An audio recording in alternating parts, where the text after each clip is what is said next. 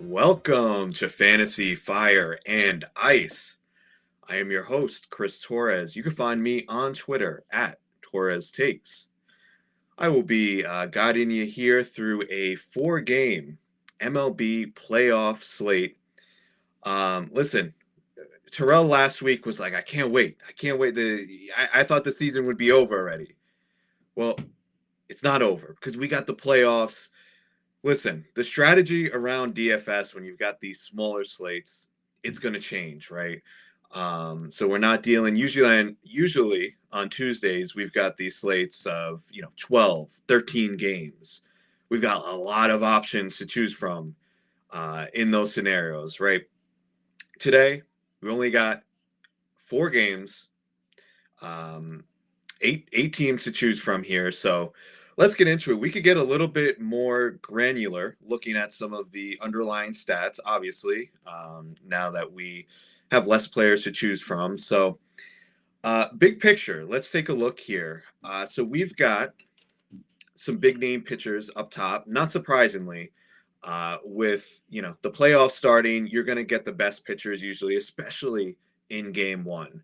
So we've got guys like Tyler Glasnow, Kevin Gausman, Zach Wheeler, legit aces. And we've got some really low totals for these games. All of them are, right around 7.5, 8. So we're going to really have to dig deep to find some of these bats that can provide some value, right? But let's start, as we always do, with the pitchers. All right, so up top, the most expensive option on this slate is Kevin Gausman at 9,800 on DraftKings. Now, not surprisingly, given the quality of pitcher, and just the context of the slate, he's going to be pretty popular. 41% ownership projected by the Contrarian Edge Optimizer on DraftKings. So, I mean, I can't fault anybody for going with Kevin Gausman. He is a legit ace, as I said. He's going to give you, he's hovering around a 30% strikeout rate, going up against a Minnesota team that we know has a propensity for striking out. Minnesota, I will say, is hitting the ball a little bit better lately. In terms of WRC plus over the past 2 weeks here, they're at 128 with a 200 isolated slugging. So the Twins are not a slouch. All right.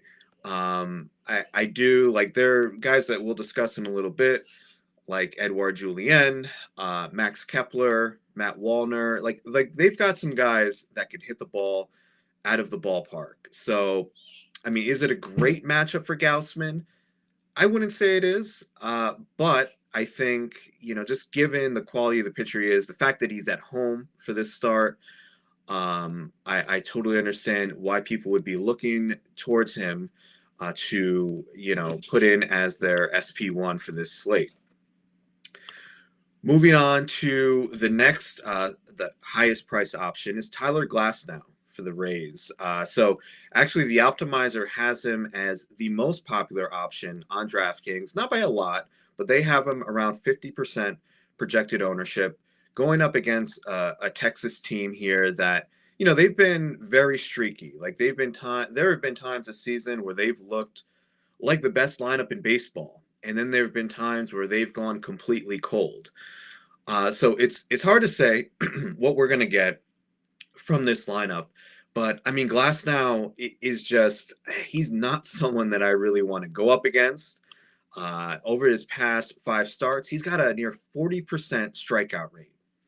I mean, that is just otherworldly. That's like in, the top, I believe, top 3 in baseball over that time. So a 2.78 Sierra. I can definitely, again, just like with Gausman, I can understand you backing Tyler Glasnow in this situation. Let's see, I'm just curious, Texas's recent performance. Okay, so they're at a 108 WRC plus with a 211 isolated slugging. So they're on a little bit of an upswing. I wouldn't say they're like the hottest team in baseball, but this is a really good lineup.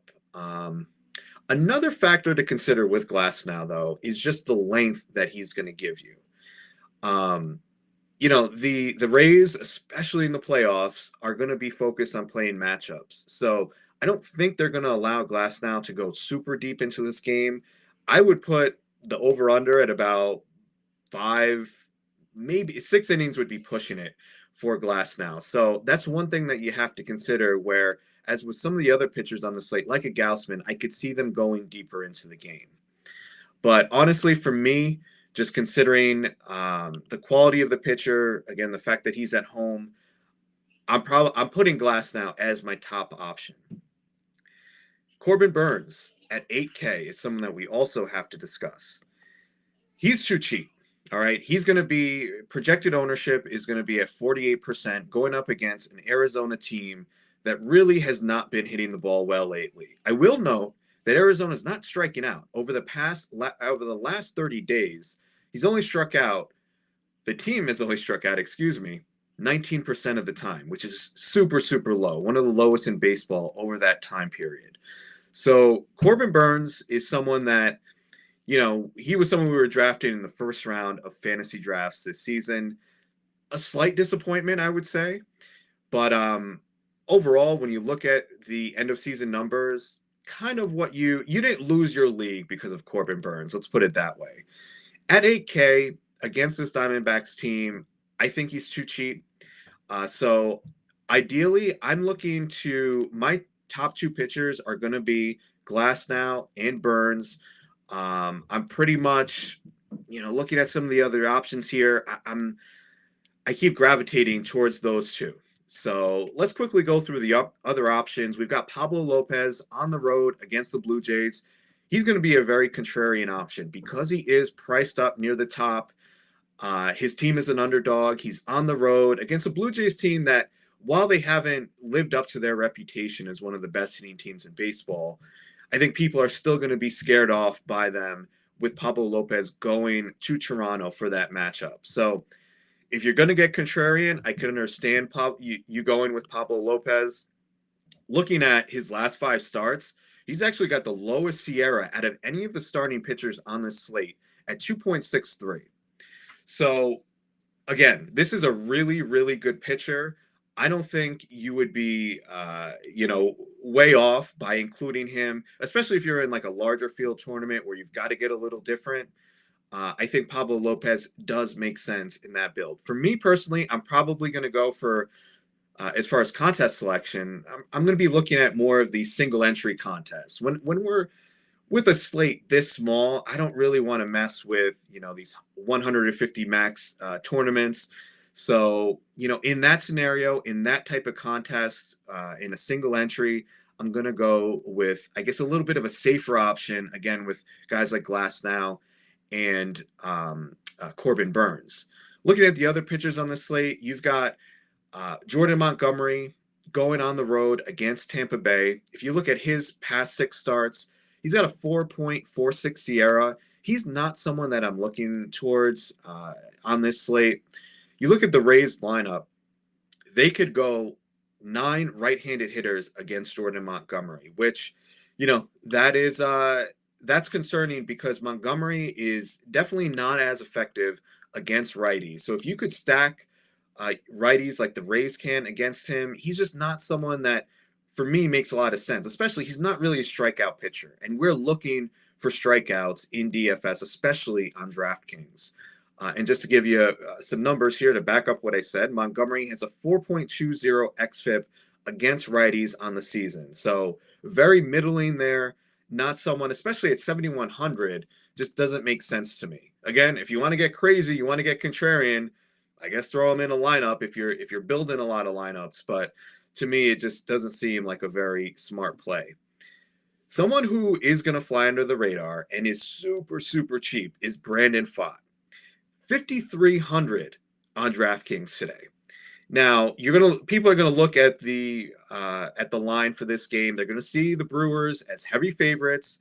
Brandon Pfaadt on the road, a rookie, going in game 1 of the playoffs is obviously, it's not a great spot for Brandon Pfaadt.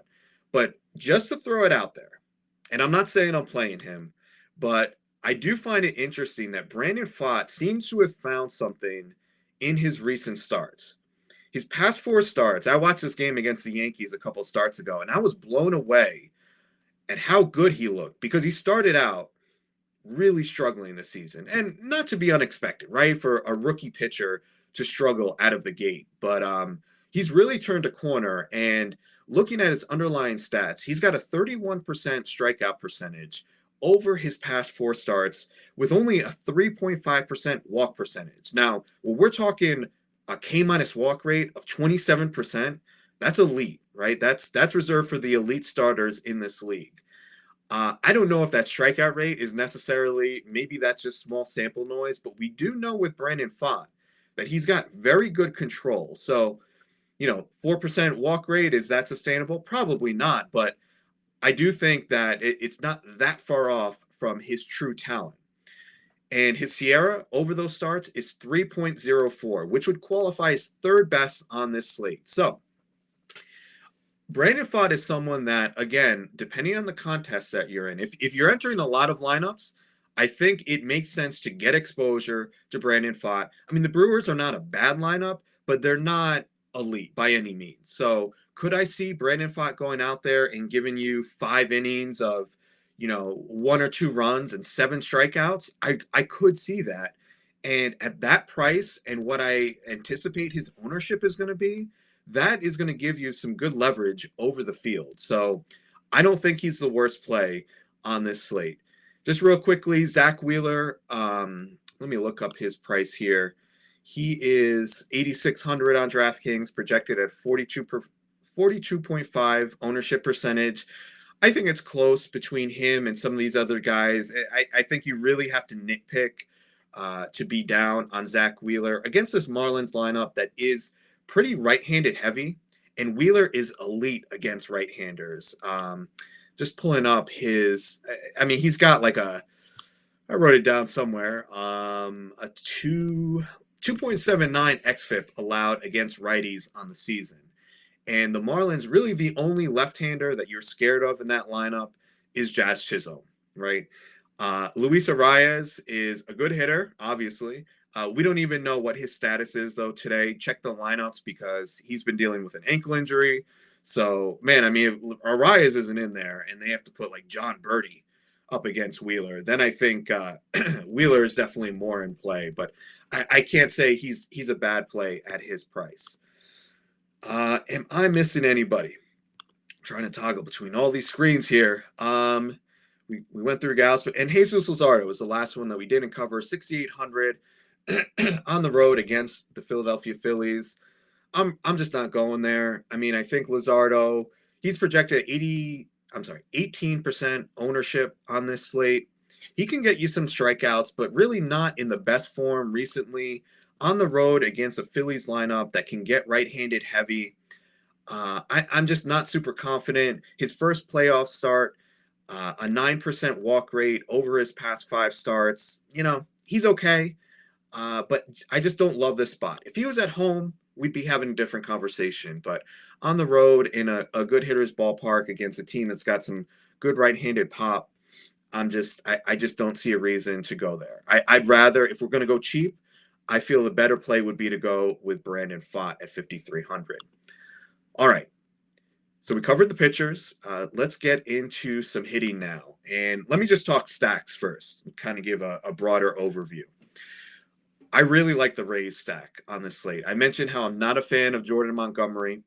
The Rays can throw out 9 right-handed hitters at you. I think, if we're looking at who's most likely to be the highest scoring team on the slate, I think the Rays are right up there. Over the past 2 weeks, they have the highest WRC plus in baseball.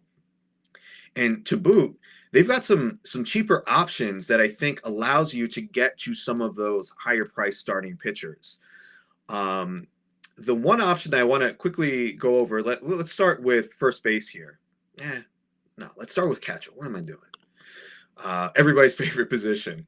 So at catcher, one guy that I'm looking at going in line with what I'm talking about the Rays is Christian Bethancourt. He's kind of a cheap punt play at $3K on DraftKings. He's not going to be super popular because he's hitting near the bottom of the lineup, but he's much better against left-handers. And just pulling up Christian Bethancourt's numbers here, he's got a 232 isolated slugging against lefties this year, which is well above average. I think there's a chance he could run into one here against Montgomery, and given the price and the context of the slate, I think he makes a lot of sense at 3K.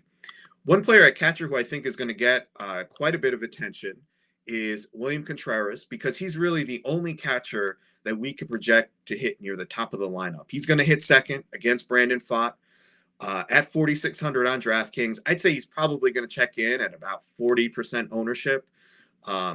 So anytime a hitter is that highly owned, I don't mind fading them. Listen, he's the best play, without a doubt, on the slate at the position.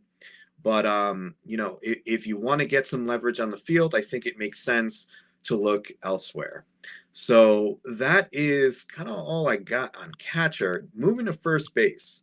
So I mentioned, again, the Rays. Yandy Diaz is a high price option at 5,400. And if I'm not mistaken, he's the second most expensive option. And I think for that reason, people are going to kind of fade Yandy. His ownership, according to the optimizer, is only 5% today, or projected to be 5%. And I think Yandy is a good play because he's going to be a little bit contrarian. And, I'm also basing this, anybody who's watched this show knows that I like to look at recent form and, what a hitter has done recently, because I do think there's something predictive about that. And looking at Yandy's recent form, I mean, everything looks good under the hood here. Hard hit percentage of 52%, not striking out. He's walking more than he strikes out. He's elevating the ball more than he typically does. Usually we're looking at Yandy at a plus 50% ground ball rate. He's below 50% over his past couple weeks here. So I do like him. If you believe the Rays are a good play, if you're going to stack the Rays, I think it makes sense to go with Yandy Diaz, especially because he's not going to be super popular. I think people, if they're going to play Rays, they're going to gravitate towards more of these lower price plays. And that's why I think it could help you to go a little contrarian, especially he's going to hit leadoff, right? So if the Rays go off, a good chance that Yandy is going to produce. One other player at first base that I do want to mention is Bryce Harper. All right, Bryce Harper is going to be, I think, a little bit overlooked on this slate, going up against a lefty in Jesus Luzardo. He's priced at 5,800. And the thing with Bryce Harper is, you don't have to worry about the splits with him. A lot of players, we're going to look to have the platoon advantage. Bryce Harper is so damn good, it don't matter, right? And even against Jesus Luzardo, I feel good about Harper at that lower ownership. I think, again, he'll be overlooked. And let's remember, too, he's going to get at bats against the Marlins bullpen. It may not necessarily be against a left-hander. So I'm good with Bryce Harper if you want to go that route. Moving on to second base. Again, check the lineups. Luis Arias, I think, is a decent play there. Believe it or not, you don't think of Luis Arias as a home run hitter. He's got 5 home runs over the past 30 days here. So for Luis Arias, that is a lot. So he's in good form. Just check to make sure that he is in the lineup. But if you want to get leverage on the field, I think he makes sense at 4,500 at second base. Let's see, the most popular option, it looks like, is going to be Cavan Biggio. He's been hitting the ball well. Projected to bat 5th against Pablo Lopez. I'm probably not going there at that ownership, especially because not someone who you can necessarily count on for a home run. So, it makes sense just based on the price. If you need some salary relief, I think he makes sense. But probably, again, getting back to the Rays, if I want to save money, I'll look at Curtis Mead. Projected to bat 5th against Jordan Montgomery at 2,900 in that same price range, and he's projected for half of the ownership that Cavan Biggio is. Moving on to third base. We're not going to get into every player here, all right? We still don't have enough time for that, but just want to point out at each position some plays that maybe are going to be popular or who I think may be undervalued based on the price and ownership. Most popular option at third base, it looks like it's going to be Willie Castro for the Twins. He's projected to bat 5th. Against Kevin Gausman, honestly, I don't know. Like again, like it seems like a lot of these more popular plays, I'm not really behind. And at that ownership against a pitcher of the caliber of Kevin Gausman, I get it. Willie Castro is 3,400. He's super cheap. But again, I see it as another opportunity to get some leverage on the field by looking elsewhere. And I'm looking at Junior Caminero. That's my leverage. All right. At third base for the Rays, he's probably going to hit second against Jordan Montgomery. And Junior Caminero, for those of you who may be checked out of season-long baseball this season, maybe you kind of missed that. I mean, he's one of the top prospects in baseball. He's hit well over the past 2 weeks. He hasn't lit the world on fire. But I think the fact that he's batting second against a left-hander at 3,200, again, in a stack that I really like, I don't see, for me personally, it wouldn't make sense to go anywhere else. I'm going to roll with Junior Caminero there. I don't see anybody else that is super appealing to me. Alec Bohm, Josh Young, I'm not really feeling that. Matt Chapman stinks. I've got a lot of animosity towards him, because of the way that he performed this year for me on my season-long teams. So anyway, moving on to shortstop. We've got highest price option is Corey Seager by Corey Seager and Trey Turner are both way up there. Seager at 6,200 on DraftKings, Turner at 5,900. The highest projected ownership is going to be, it looks like, Willy Adames at 25%. I could see it against Brandon Pfaadt. I mentioned that I do like Pfaadt a little bit, but at that price, Adames is going to be hitting in the middle of the lineup. He can hit you a home run. And I'm not saying that there's a chance that Pfaadt just goes out there and craps the bed, right? So I think it definitely makes sense, especially there's no like cheap options at shortstop today that really excite me. So Adames gives you a little bit of differentiation that you're not going up top with either Seager or Turner. Bo Bichette, I guess, is also in play at 5K against Pablo Lopez, but I already mentioned how I feel about Pablo Lopez. He's damn good, so I'd rather for $600 less go up against a much lower caliber of pitcher in Brandon Pfaadt. And again, I mean, I'm not messing with Garrett Hampson, Kyle Farmer, Taylor Walls, Perdomo, like all these guys just they make me more nauseous than watching the Giants last night. I mean, God, that was ugly. But I'm still wearing my sweater though. I mean, I'm repping the Giants. You got to stick with your team through good and through bad. So you Giants, Jets fans out there, just keep the faith. Maybe we'll be good in another 10 years. All right, we'll finish up with outfield here. Christian Yelich is going to be the most popular option, most likely. Batting leadoff against Brandon Pfaadt. Yeah, I mean, there's not much to say. 4,900? What are we doing? I mean, DraftKings, come on. That's too low for given the context of the slate here. I think Yelich is kind of like an auto play. I mean, I know I don't like playing, high-owned players, but we're gonna get contrarian enough in other spots. I think that I'm cool with eating the chalk on Christian Yelich. Harold Ramirez is a nice option. Projected to bat third against Jordan Montgomery, 3,700. Now, to me, he's another one that's just kind of like an auto play. Going to be popular, but I'm rolling with the Rays. I'm all Rays. I should be wearing a Rays sweater today instead of a Giants sweater. I can't get away from that. I like the matchup, and he's hitting the ball hard lately. So, yeah, Harold Ramirez, lock him in. Manny Margot, also with the Rays against Jordan Montgomery. How many Rays can we play all 9 Rays? I know DraftKings changed the rules a few years ago for how many players you could have in a stack, but I'm going to advocate that they change that for today, and let's just get all Rays. Manny Margot at 3,300. He's actually, and I'm not a huge batter versus pitcher guy, but I can't overlook in 19 plate appearances against Jordan Montgomery, Manny Margot has 4 doubles and a home run for a cool 722 slugging percentage.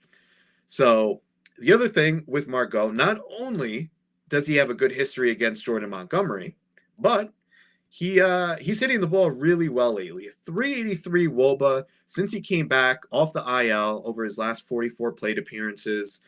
He's always hit better against lefties. I think he makes sense. He'll be a little bit projected ownership on according to the optimizer is 20%. I'm cool with that. I'll definitely take Manny Margot at such a cheap price, and doesn't look like he's going to be. He'll be somewhat popular, but not overwhelmingly so. Just taking a quick scan here. Let's see. Josh Lowe. All right. Oh, maybe they do throw in Josh Lowe. Maybe that's the one lefty the Rays do throw in there. So, though they like to platoon, so he may not get the start.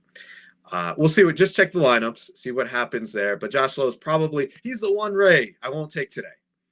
I don't like him if he's in the lineup against a lefty. Jazz Chisholm, if you want some leverage over the field, only projected for a 3% ownership on the according to the optimizer against Zach Wheeler. Listen, if he goes deep, just imagine you're looking at your live contests, and you don't have Zach Wheeler, and you did play Jazz Chisholm, and he hits a bomb. I mean, you're going to go from one spot. Maybe you're towards the bottom. That'll jump you up like all the way near the top. Like that's going to give you such significant leverage in that spot. So listen, Jazz, we know the dude is he's elite. At 5,200, if you're playing multiple lineups, I think it makes sense to have exposure to him.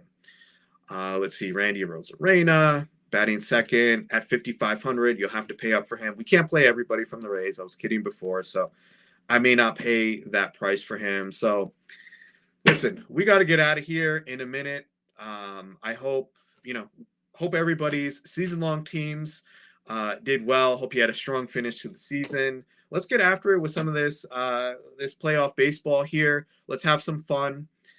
We appreciate you watching. And just to plug a few things, the optimizer is such a great tool. Go to fantasysportslogic.com to get access to that. And I think we got a 7-day free trial going on, if I'm not mistaken. So just check it out. It's awesome. Also check us out at Sportstopia HQ on Twitter. We've got some great material coming out. We've got basketball coming up. We've obviously got football. So listen, check out all the great stuff that we have there. Thank you so much for watching. I'm Chris Torres. Best of luck to everybody.